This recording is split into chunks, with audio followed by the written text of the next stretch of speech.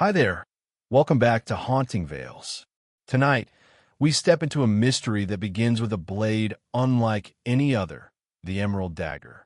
Its jeweled handle gleams with beauty, but its history drips with blood. They say whoever possesses it is doomed, cursed by the secrets it carries. But is the curse real, or just a mask to hide something far more sinister? And why has this dagger returned now, leaving a trail of fear and death in its wake? Join us as Hercule Poirot confronts a case where superstition collides with cold, calculated murder, and every clue cuts deeper than the blade itself. If you enjoy these mysteries, don't forget to like this video, subscribe to Haunting Veils, and ring the bell for more Poirot cases. Chapter 1. The Emerald Awakens. The rain fell in soft, steady lines upon the slick cobblestones of London. Gas lamps glowed through the mist, throwing strange shadows across the quiet street. Within the confines of Whitehaven Mansions, Hercule Poirot sat at his polished desk, his fingers steepled, his immaculate mustache twitching ever so slightly. The little Belgian detective was at peace, content in the order of his world. His books were aligned with military precision. The silver on his desk gleamed without a fingerprint, and even the clock upon the mantel ticked with perfect regularity. But peace, as Poirot well knew, never lasted. A sharp knock echoed at the door. Hastings, faithful, good-hearted Captain Hastings, looked up from his armchair, where a copy of the Times had kept him half distracted. He muttered something about visitors at this hour and rose to answer it. Standing there in the hallway was Inspector Japp of Scotland Yard, his face grave and his coat damp with the evening rain. "Evening, Poirot." "Hastings, sorry to disturb you, but I've got a case. A strange one. Thought you'd want to hear it before anyone else." Poirot's dark eyes lit with curiosity. "But of course, mon ami. Come, tell us of this strange business." Japp removed his hat and stepped into the neat little apartment. He looked around, almost guiltily, at the spotless order. Poirot gestured for him to sit, and Hastings fetched an extra chair. "It's murder," Japp said bluntly. "At least, I think it is. But the circumstances are peculiar. A body was found at the British Museum this afternoon, inside the Egyptian exhibit." "The British Museum?" Hastings exclaimed. "Good Lord, Japp. That's not exactly the sort of place where one expects murder." "No, indeed," Japp muttered. "The victim was a well-known collector, Sir Reginald Ashcroft, found lying in front of a glass case, a dagger in his chest." Poirot leaned forward, his interest keen. "A dagger, you say? Was it one of the exhibits?" Japp gave a dry laugh. "That's the curious part. It was the Emerald Dagger, an artifact from the 18th dynasty, said to be cursed. The museum staff are in a state. They say it should never have been taken from Egypt, that anyone who possesses it is doomed." Hastings whistled. "Good heavens! A cursed dagger, Poirot. Doesn't it sound just like one of those stories we read in the papers? Like that business in Death on the Nile?" Poirot allowed himself a small smile. "Superstition, Hastings, is the refuge of the romantic. But behind every so-called curse, there's a chain of cause and effect. The truth, mes Amos, is always logical." "Logical or not," Japp said grimly, "I need answers. The press is already sniffing about, and I'd rather they didn't get wind of ancient Egyptian curses if I can help it. Will you come?" Poirot rose instantly, smoothing his waistcoat. "My little gray cells are already most intrigued. Lead the way, Japp." To the museum. The Egyptian wing of the British Museum was hushed when they arrived.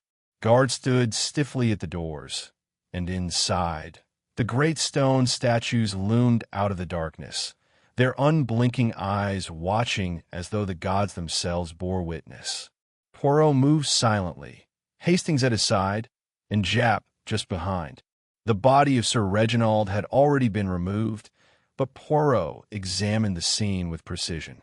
The glass case had been opened with care, not smashed.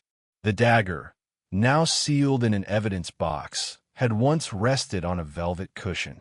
The weapon was displayed with reverence, Poirot murmured, and yet it was used as an instrument of death. Curious. Hastings observed the dust upon the floor. The case has been opened before. You mean someone practiced? Hastings asked. Exactment. Someone rehearsed the crime. Poirot's eyes darted around. And not only that, look here. He bent and picked up a single green feather, hardly noticeable against the stone floor. A feather? Jap frowned. What's that got to do with anything? Poirot held it delicately. Not a museum specimen. This is from a lady's hat. And see, Hastings? The thread of perfume lingers in the air. A woman, then? Hastings exclaimed. Perhaps, Poirot said softly. But never jump too quickly, mon ami. A clever criminal may plant such a thing to mislead. In the curator's office, Poirot questioned the museum staff. Mr. Pembroke, the chief curator, was pale with anxiety. The Emerald Dagger should never have been displayed, he muttered. It was excavated years ago, under questionable circumstances. The Egyptians claimed it carried a curse. Every man who handled it came to a bad end. Even Sir Reginald was warned. But he was stubborn. He insisted it was nonsense. Poirot regarded him steadily. And you, monsieur, do you believe in this curse? Pembroke hesitated. I don't know what to believe anymore. But the records, they speak of deaths, accidents, misfortunes, all tied to the dagger.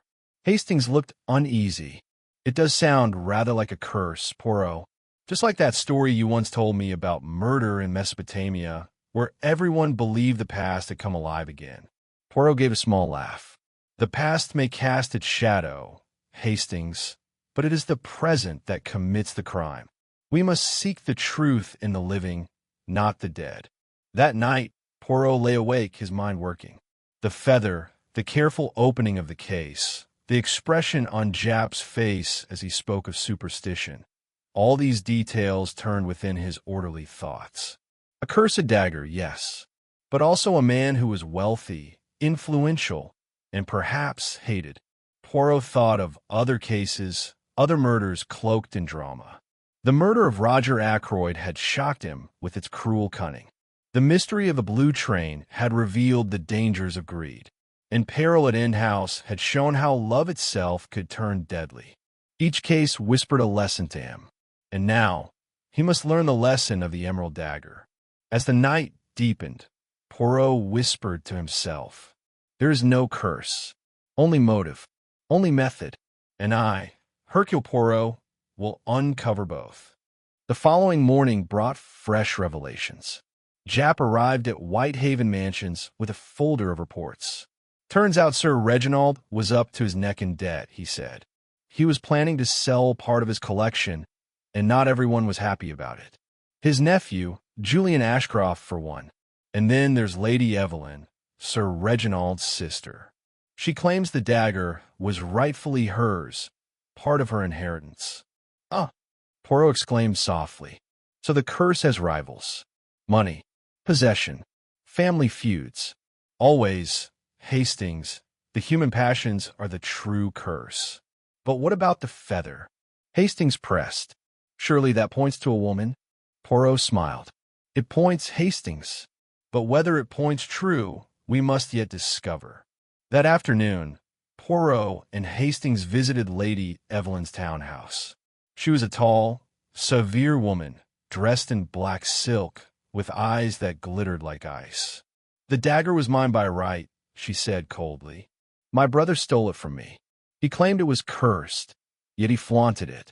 And now he is dead. Perhaps the curse was real after all. Poirot studied her carefully. You hated your brother, madam. Her lips pressed into a thin line. Hate? No, but I did not love him. As they left the house, Hastings whispered, she could have done it, Poirot. She has the motive. Yes, Hastings, Poirot said softly. But does she have the method? That is what we must discover. Always remember, it is not enough to want a man dead. One must also find the opportunity, the means, and the courage. Poirot's eyes gleamed. and already I sense the dagger points in an unexpected direction. That night, in the quiet of Whitehaven Mansions, Poirot sat once more at his desk, the feather before him, the reports at his side, the dagger's shadow hanging over everything. And for the first time, Poirot admitted to himself. This case was not only about murder. It was about something darker, something that stirred beneath the surface, like a whisper from the ancient past. The Emerald Dagger had awakened, and its curse had only just begun. Chapter 2: The Shadow of Betrayal. The morning sun filtered weakly through the London mist, laying pale light across the streets. Inside Whitehaven Mansions, Hercule Poirot sat with his customary cup of hot chocolate, savoring the richness as though it were a fine wine. Hastings fidgeted opposite him, restless, his eyes darting to the newspapers strewn across the table. Headlines screamed of the Emerald Curse and whispered of ancient retribution. Hastings slammed the paper down. "It's nonsense, Poirot. All this talk of curses and God's vengeance. It's the stuff of penny thrillers. Yet people are eating it up." Poirot smiled indulgently. "Ah, Hastings. The human mind loves the romantic explanation. N'est-ce pas? The idea that unseen forces guide our fates. But the truth, my friend, is usually more ordinary." And yet, he tapped his temple lightly. Within the ordinary lies the extraordinary, if only one uses the little gray cells. A sharp rap at the door interrupted them. Japp entered briskly, waving a folder. His face betrayed no amusement. "Morning, Poirot." "Hastings. Thought you should know. The Ashcroft family is tearing itself apart already. Lawyers, wills, inheritance disputes, the whole lot. And to make things worse, someone broke into the museum last night." Poirot's mustache bristled. "Broke in? To steal the dagger again?" Japp shook his head. "No. Oddly enough, they didn't touch the dagger. But they rifled through Sir Reginald's private papers in the curator's office. Letters, contracts, financial notes scattered everywhere. Looks like someone's searching for something." Hastings frowned. But if they didn't want the dagger, what else could they be after? Poirot's eyes gleamed. "Information, Hastings. Remember always, knowledge may be as deadly as any weapon. Someone seeks to erase or conceal their connection to this crime. And that, mon ami, is most interesting." Later that afternoon, Poirot and Hastings called once more at the museum.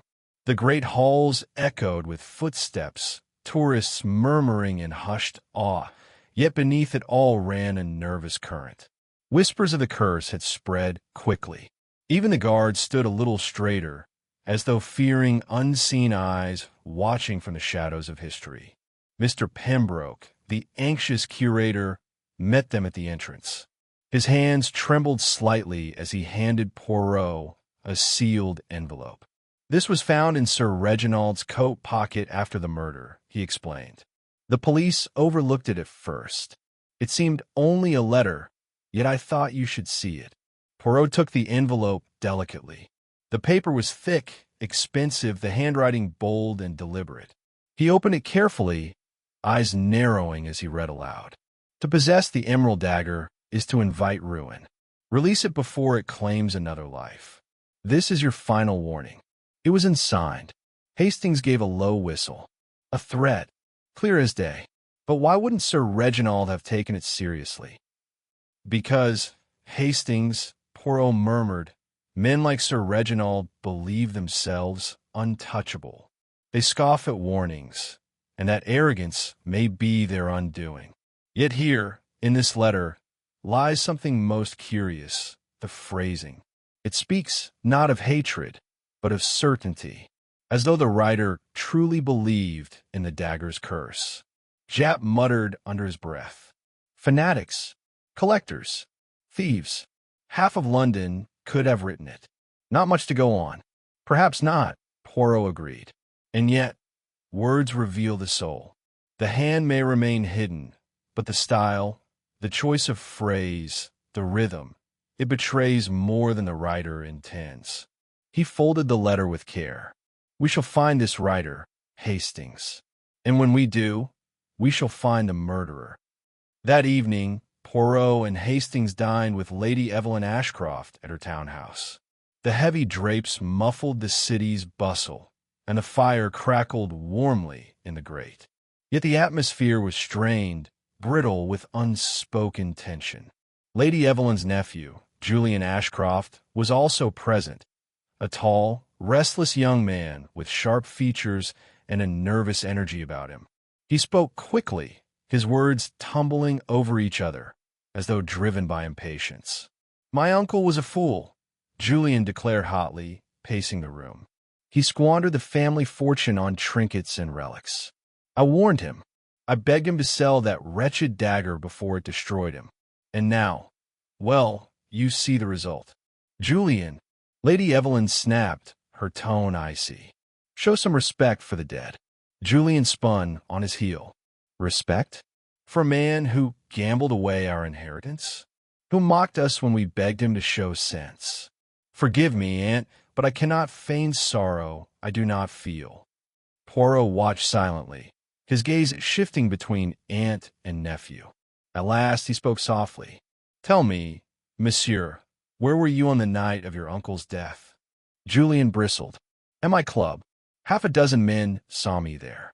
If you think I crept into the museum with some silly dagger—" "Calm yourself," Poirot interrupted gently. "I merely inquire. It is my profession, after all." Lady Evelyn's eyes narrowed. "You suspect us, Monsieur Poirot?" Poirot inclined his head politely. "I suspect everyone, madam, until they are proved innocent. It is the only way to avoid mistakes." After dinner, as they walked back through the misty streets, Hastings muttered darkly, "I don't like that fellow Julian Poirot. Shifty, quick-tempered, and clearly desperate for money. He had every reason to want Sir Reginald out of the way." Poirot nodded. "Yes, Hastings. He is a possibility. But beware the obvious. In the mystery of the blue train, the most suspicious person was not the guilty one. And pas? Sometimes the truth hides behind the mask of anger, while the true culprit smiles in silence." "Then what of Lady Evelyn?" Hastings pressed. She seemed cold as stone. Poirot gave a small smile. "Coldness, Hastings, is not always guilt. It may be armor, it may be pride.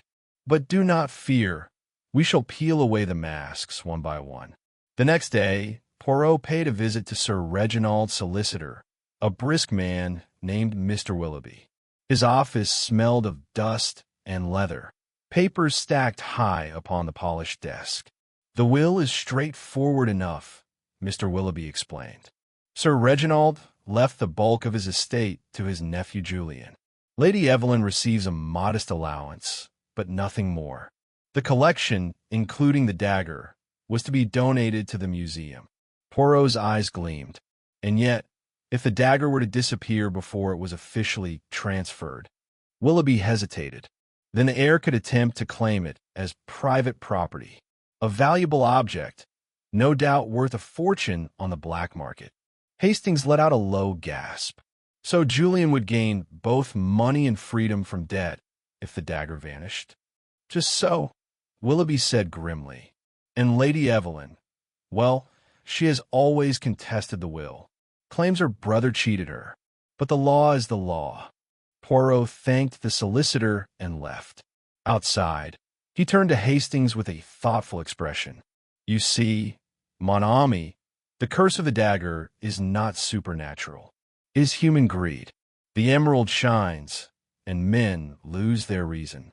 That night, as the fog thickened and the city fell quiet, Poirot received an unexpected visitor. A young woman, pale and trembling, was shown into his apartment by the porter. She clutched her shawl tightly and glanced about as though fearing pursuit. "Monsieur Poirot," she whispered, "I had to come. I know I risk everything, but you must listen." Poirot rose, offering her a seat with grave courtesy. "Be calm, mademoiselle. You are safe here. Tell me, who are you?" "My name is Clara Pembroke," she said faintly. "I'm the daughter of Mr. Pembroke, the the curator. And I know something about the dagger. Hastings leaned forward eagerly. Go on, Miss Pembroke. She twisted her hands together. I overheard my father speaking with Sir Reginald a week before the murder. They argued. Sir Reginald demanded access to certain records, and father refused. He said it was too dangerous, that the truth about the dagger must never come to light. And then Sir Reginald shouted that he would expose my father's secrets to the world. Her eyes filled with tears. I do not know what they meant, but since then my father has been different, nervous, afraid. And last night, when the museum was broken into, he was not at home. A silence fell over the room. Poirot's eyes narrowed, his mind racing. Thank you, mademoiselle, he said softly. You have been most brave. You must leave this matter now in my hands. Trust me. When she had gone, Hastings exclaimed, Good Lord, Poirot, are you thinking what I'm thinking? That Pembroke himself might have killed Sir Reginald. Poirot sat back, steepling his fingers. It is a possibility. But remember, Hastings, one piece of truth may lead to another, or it may be planted to mislead. We must tread carefully. The shadows grow long, and betrayal hides within them. He looked out the window, where the fog curled like ghostly fingers around the lamps. The curse of the Emerald Dagger, Poirot whispered, is not finished.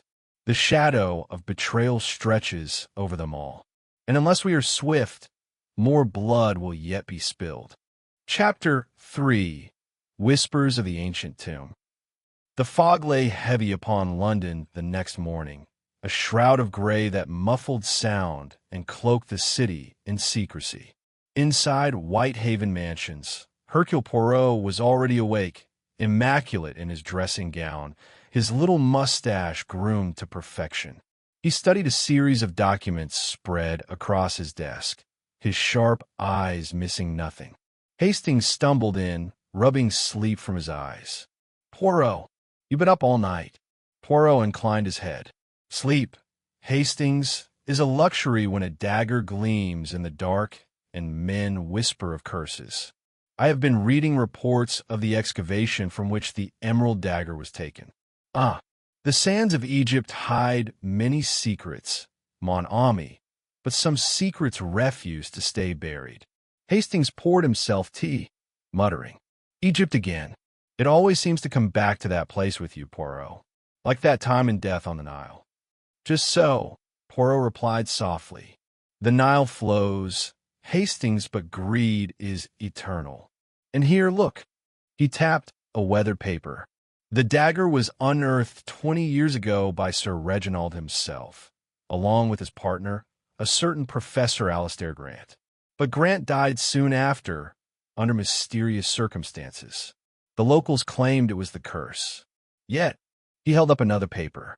Grant's death was no accident. He was poisoned. And that detail, Hastings was buried in obscurity deliberately. Hastings straightened, eyes wide. Good Lord, then the curse has claimed victims before. Poirot shook his head gently. Non, Hastings. The curse is only a veil. Behind it stands a hand, cold, deliberate, and very human. Later that morning, Poirot and Hastings visited the museum once more, this time to speak with Clara Pembroke. She met them in the curator's private study, her face pale but determined.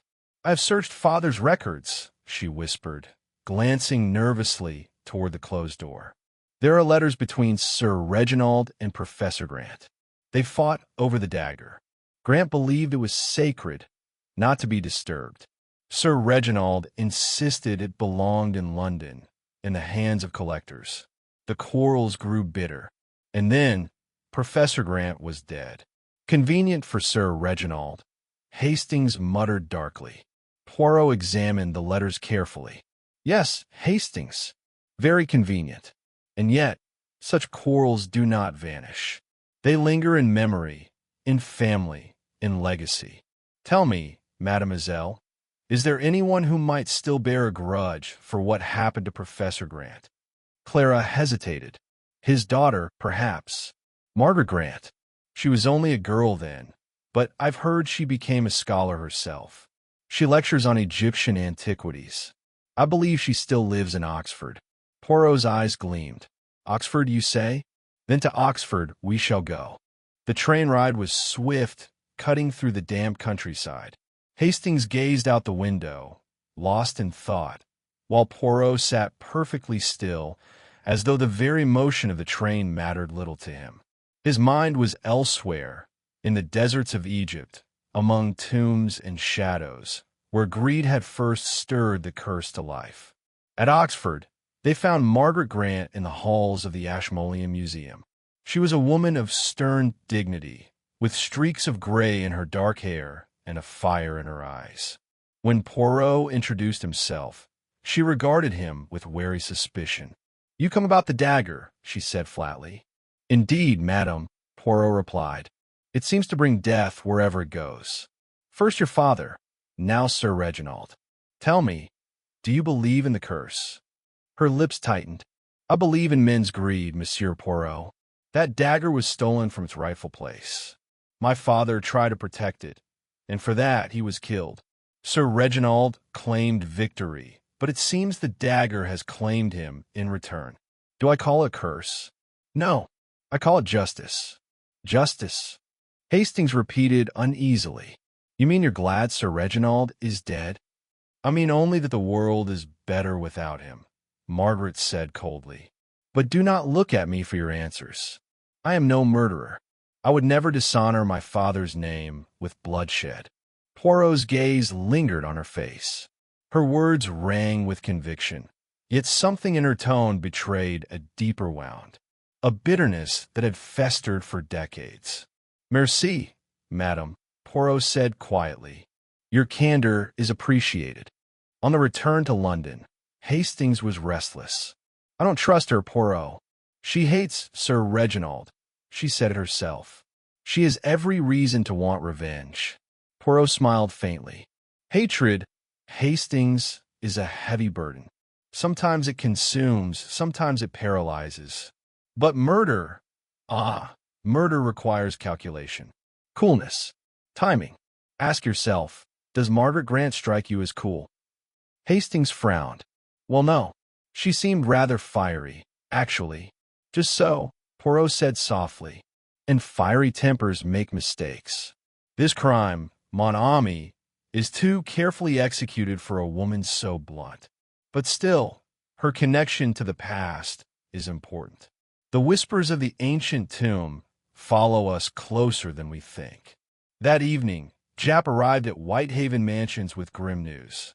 "There's been another death," he said heavily. "Pembroke, the curator. Found in his study this afternoon. Poisoned. Just like Professor Grant." Hastings shot to his feet. "Good heavens. Then the curse strikes again." "No, Hastings," Poirot said sharply. "Not the curse. A killer. Someone who silences those who know too much." Japp laid out the facts. Pembroke had been nervous for days. His daughter claims he was hiding something about the dagger's true history. And now he's gone. Poirot's face was grave. The pattern repeats itself. First Grant, now Pembroke. Men who held knowledge of the dagger's origin eliminated. Japp swore under his breath. "So someone's cleaning house. But who?" Poirot's eyes darkened. "That, Inspector, is what we must discover. Quickly, before the shadow grows longer." 2 days later, Poirot received a strange package at Whitehaven Mansions. It was a small wooden box, unmarked, delivered by hand. Hastings hovered nervously as Poirot opened it. Inside lay a scrap of ancient papyrus, brittle and yellowed with age. Upon it, crudely drawn, was the image of a dagger, emerald green, ink staining the hilt. Beneath the image, in modern handwriting, were the words, "The tomb remembers. Stop searching." Hastings turned pale. "Poirot, that's a threat if I ever saw one. Who would send such a thing?" Poirot examined the papyrus carefully. "Someone with access to antiquities. Someone who wishes to frighten me, Hastings. But fear I do not accept. No, this message tells me more. It tells me the killer grows desperate. desperate. When a murderer stoops to theatrics, it means he fears discovery. And that means, Hastings, that we are close. Very close. That night, Poirot lay awake once more, the papyrus before him. He thought of the desert sands, of Grant's death, of Pembroke's silence. He thought of Lady Evelyn's cold eyes, Julian's restless fury, Margaret Grant's bitterness. One by one, he placed them in the puzzle, moving them like pieces on a chessboard. And then, softly, he whispered. The whispers of the tomb are not of gods or curses. They are of men. And men, Hastings, leave traces. Always. His gaze fell on the green feather he had kept since the first night, the feather from a woman's hat. It gleamed faintly in the lamplight, a clue waiting patiently for its truth to be revealed. And Poirot knew. The shadows were deepening. Betrayal had already struck. Now the ancient whispers were rising louder, drawing him closer to the heart of the mystery. The Emerald Dagger had claimed 2 lives, and unless he acted swiftly, it would claim more. Chapter 4. The Dagger's Hidden Hand. The days that followed were heavy with unease. London bustled as always, omnibuses rattling through the streets, shopkeepers calling out to passers-by. But beneath the noise, a strange tension hummed, as though the city itself had fallen under the shadow of the Emerald Dagger. Inside Whitehaven Mansions, Poirot sat with Hastings, the 2 men surrounded by maps, photographs, and documents strewn across the table. The little Belgian detective's brow furrowed, his immaculate mustache twitching as he studied the evidence once more. "We have," Poirot murmured, "the death of Sir Reginald Ashcroft, stabbed with the dagger itself. We have the poisoning of Mr. Pembroke, who feared the truth of the artifact. And before them, years ago, the death of Professor Grant. 3 men, Hastings, linked by the same relic. Do you see what is happening, mon ami?" Hastings frowned, scratching his head. "Well, it looks like anyone connected to the dagger is doomed. That does sound rather like a curse, doesn't it?" Poirot sighed gently. "Always the curse. Non, Hastings. Look deeper. The pattern is too precise, too deliberate. The dagger itself is but a symbol. Someone living, breathing, and calculating, is using that symbol to frighten, to conceal, to destroy. A curse cannot plan, but a murderer can." Hastings muttered something about Poirot spoiling a perfectly good mystery with logic, but Poirot's attention was already fixed on the green feather resting in a small glass case on his desk. "The feather," Poirot whispered. "It has waited patient while we ran after shadows. Now must speak." Later that day, Poirot and Hastings visited a fashionable milliner's shop in Mayfair. The shopkeeper, a cheerful woman with a keen eye for detail, examined the feather at once. "Why, that's unmistakable," she declared. "Dyed goose feather, emerald green. Came from one of my designs, the Emerald Fascinator. Only a dozen were made. Sold them to some of London's finest ladies." Poirot's eyes sparkled. "Can you recall to whom, madam?" The shopkeeper pursed her lips, thinking. "Lady Evelyn Ashcroft, certainly. She bought one just last month." And she hesitated. "Clara Pembroke, the curator's daughter, purchased one as well. Quite the coincidence, isn't it?" Hastings gasped.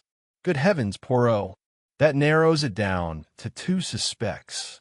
Poirot smiled faintly. "Narrow, Hastings? Perhaps. Or perhaps the net widens, for with each detail, we draw closer to the hidden hand." That evening, Poirot called a private meeting at Whitehaven Mansions. Around his pristine sitting room sat Lady Evelyn, her nephew Julian, Clara Pembroke, and Inspector Japp. The tension was thick, the air charged with suspicion. Poirot rose, his eyes sweeping the group. "Mesdames, messieurs, the time has come to address the truth. You sit here, each of you with secrets, each of you tied in some way to the Emerald Dagger. And yet among you hides the hand that kills." Julian leapt to his feet, his temper flaring. "Are you accusing me, Poirot? Everyone knows my uncle treated me like dirt, but I didn't kill him." Poirot held up a hand. "Sit, monsieur. Patience. We must allow the truth to unfold, like the petals of a flower." Lady Evelyn's eyes flashed. "This is absurd. I have no interest in Egyptian relics. The dagger was cursed. I wanted nothing to do with it." Poirot's gaze lingered on her. "Yet you purchased a hat adorned with the very feather found at the scene of the crime. Why, madam?" Lady Evelyn stiffened. "A coincidence. Many ladies wear such hats." Poirot inclined his head. "Perhaps. But coincidences, Lady Evelyn, are rare in my experience." Clara Pembroke, pale and trembling, whispered, "Surely you don't think I—" "Monsieur Poirot, I came to you because I was frightened. My father is dead. Do you think I could poison him?" Poirot's voice softened. "Courage, mademoiselle. I do not accuse. Not yet. But the truth hides among you. Of that, I am certain." Japp looked impatient. "Poirot, if you got evidence, spit it out. Otherwise, we're wasting time." Poirot smiled slightly. "Evidence, Inspector, is like a puzzle. One must place the pieces carefully, or the picture will not form. And already, I see the outline of the hand that wields the dagger." The room erupted in protests and denials. Poirot raised his voice above them. "Enough! Until I have the final proof, the dagger will remain locked in Scotland Yard's vaults. But mark my words, the killer grows desperate. And when desperate, they will make a mistake." His eyes glinted. "And I, Hercule Poirot, shall be waiting." The following day, Japp telephoned in a rush. "Poirot, you'd better come down to Scotland Yard. There's been an attempt to steal the dagger." Poirot and Hastings arrived within the hour. The vault had been forced, though the dagger itself remained untouched thanks to the quick intervention of a guard. But in the struggle, the intruder had dropped something, a glove, finely made, embroidered with initials. "Yea." "Lady Evelyn," Hastings breathed, "or someone who wishes us to believe it was she," Poirot murmured. "Always, Hastings, one must beware the planted clue, but it is telling nonetheless. The hand behind this crime is no longer content with shadows. It reaches now for the dagger itself." Japp growled. "We'll have Lady Evelyn in for questioning. See how she likes a night in the cells." Poirot's eyes flickered. "Perhaps, Inspector. But remember, innocence may wear the mask of guilt, and guilt may hide behind innocence. We must tread carefully." That evening, Poirot sat alone at his desk, the glove before him, the feather beside it, the papyrus scrap near at hand. 3 clues, 3 whispers, pointing in different directions. Yet he felt, with the instinct born of years of investigation, that all were tied to a single truth. He thought of his past cases. The murder of Roger Ackroyd, where the obvious culprit had been a master of disguise. Peril at In-House, where friendship had hidden betrayal. Murder in Mesopotamia, where archaeology itself had concealed murder.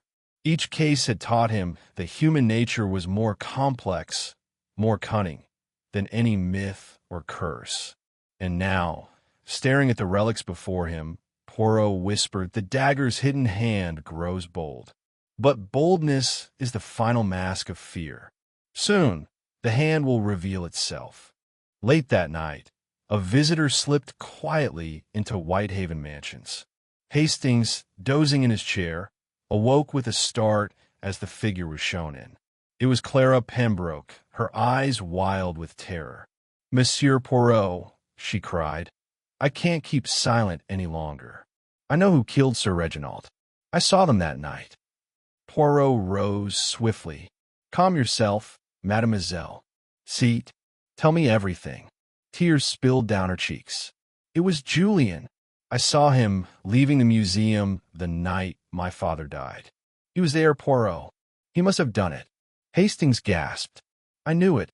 That fellow always seemed rotten to the core." But Poirot's gaze narrowed. He studied Clara's trembling hands, the fear in her eyes, the too perfect timing of her confession. "Merci, mademoiselle," he said softly. "You have been most helpful." When she had gone, Hastings turned to him eagerly. "Well, Poirot, that's it then. Julian's our man." But Poirot only shook his head, his expression grave. "No, Hastings, what we have just heard is not the truth. It is a performance. The hidden hand grows desperate. Yes, but in its desperation, it has revealed itself. The final act approaches, mon ami, and soon the dagger will strike again." He leaned forward, his eyes gleaming in the lamplight. But this time, Hastings Poirot will be ready. Chapter 5. The Curse Broken. The night was thick with London fog, curling around the gas lamps like ghostly fingers. Inside the British Museum's Egyptian Hall, shadows loomed across the statues of forgotten pharaohs, their stone eyes watching silently as if waiting for a verdict.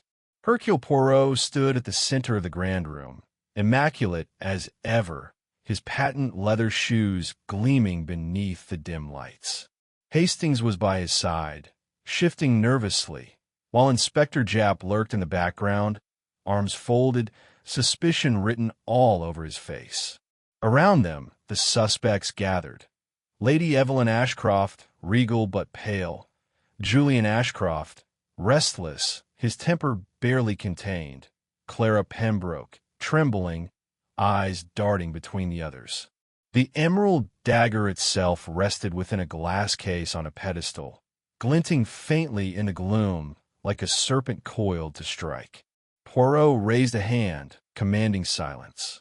His voice, calm but resonant, carried through the chamber. "Mess Amos, we have come to the end. Tonight the so-called curse of the Emerald Dagger shall be broken, not by myth but by truth. For there has never been a curse, only murder, deliberate and cold, committed by a hand that sought to hide behind legend." The room stiffened. Julian scoffed. "More of your riddles, Poirot. Why don't you name your villain instead of prattling about curses?" Poirot's eyes glittered. "Patience, monsieur. Let us consider the victims. Professor Grant, who first unearthed the dagger, Sir Reginald Ashcroft, who displayed it, Mr. Pembroke, who guarded it. Each man dead, each in possession of knowledge that threatened another. The question, Mess Amos, is not who feared the curse, but who feared discovery." He moved toward the pedestal, his gaze sweeping the group. At first, suspicion fell on Lady Evelyn, who purchased the emerald feather, but her true interest was fashion, not relics. Then came Julian, who stood to inherit Sir Reginald's wealth. Yet his anger was loud, his grievances obvious. Too obvious. Julian shot to his feet. "Are you saying I'm innocent?" Poirot merely inclined his head. "I am saying, monsieur, that the hand we seek was far more subtle. It planted evidence, it whispered lies, it played upon our fears. And last night, that hand sought to sway us further by sending Clara Pembroke to me with false testimony." All eyes turned to Clara. She gasped, her face blanching. "False? But I told you what I saw." Poirot's gaze was unyielding. "No, mademoiselle. You told me what you wished me to believe. You claimed Julian left the museum on the night of your father's death. But that was impossible. The records show he was detained by police for drunkenness until dawn, a matter of public record, which you, as his cousin, would surely know. No, your story was a fabrication. You sought to frame another, and only one who feared exposure would go so far." Clara's lips parted in horror. "You can't mean—" "Yes, mademoiselle." Poirot's voice was soft, almost sorrowful. "The dagger's hidden hand is yours." The silence was shattering. Hastings let out a stunned breath. Japp stepped forward, his eyes narrowing. "Her, the curator's daughter?" Clara backed away, her hands trembling. "No, you don't understand. I didn't want this. Father found out the truth. He threatened to tell Sir Reginald. Her voice cracked. "I had no choice." Poirot's eyes flashed. "There is always a choice, mademoiselle. You chose greed. The dagger was never cursed. It was forged centuries ago, not by ancient priests, but by modern forgers. Your father discovered its origin was false. He would have exposed it, destroying the fortunes built around its fame. You cannot allow that. So you silenced him, and then Sir Reginald, and then Mr. Pembroke. Clara shook her head wildly, tears streaming. It wasn't meant to go so far. I only wanted to protect our name, our reputation. Non, Poirot interrupted sharply. You wish for more. You wish to profit from the dagger's legend. Each death you laid at its feet, feeding the myth of the curse. But a myth cannot hold forever. The truth, like the sun, always rises. Her sobs echoed through the hall as Japp moved to arrest her. The inspector's voice was gruff, but grimly satisfied. That's the end of it, Poirot. No more talk of curses now. Poirot, however, shook his head. His eyes lingered on the glass case, the dagger gleaming within. The end, Inspector? Non. For Clara Pembroke is guilty of murder, yes. But the true curse is not in the dagger. It lies in human hearts, greed, fear, ambition. That, Hastings, is the only curse mankind need fear. The following morning, the papers screamed the news. Dagger curse exposed as murder plot. Poirot solves case. Crowds gathered outside Whitehaven mansions, eager for a glimpse of the detective who had unmasked the killer. Inside, Poirot sipped his chocolate with calm satisfaction. Hastings, ever incredulous, shook his head. You know, Poirot, I thought for sure it was Julian. Or Lady Evelyn. Clara seemed so innocent. Poirot smiled faintly. That, Hastings, is the danger. Evil does not always wear the face of the villain. Sometimes it weeps, sometimes it trembles, sometimes it cries out for pity. But always, always it leaves traces. And those, mon ami, the little gray cells will find. Hastings laughed softly. Well, I suppose the world owes you thanks once again. Another curse broken. Poirot set down his cup. Not a curse, Hastings. Only a crime. And crimes, no matter how cleverly hidden, will always reveal themselves. One must only look. He adjusted his cuffs, his eyes glinting with quiet triumph. For Hercule Poirot, mon ami, always looks. And so, Amias Amos, the curse of the Emerald Dagger is broken, not by superstition, but by Hercule Poirot's little gray cells. If you enjoyed this mystery, do not forget to like this video, subscribe for more timeless cases, and share it with fellow lovers of Agatha Christie's world. Tell us in the comments, what Poirot mystery should we unravel next?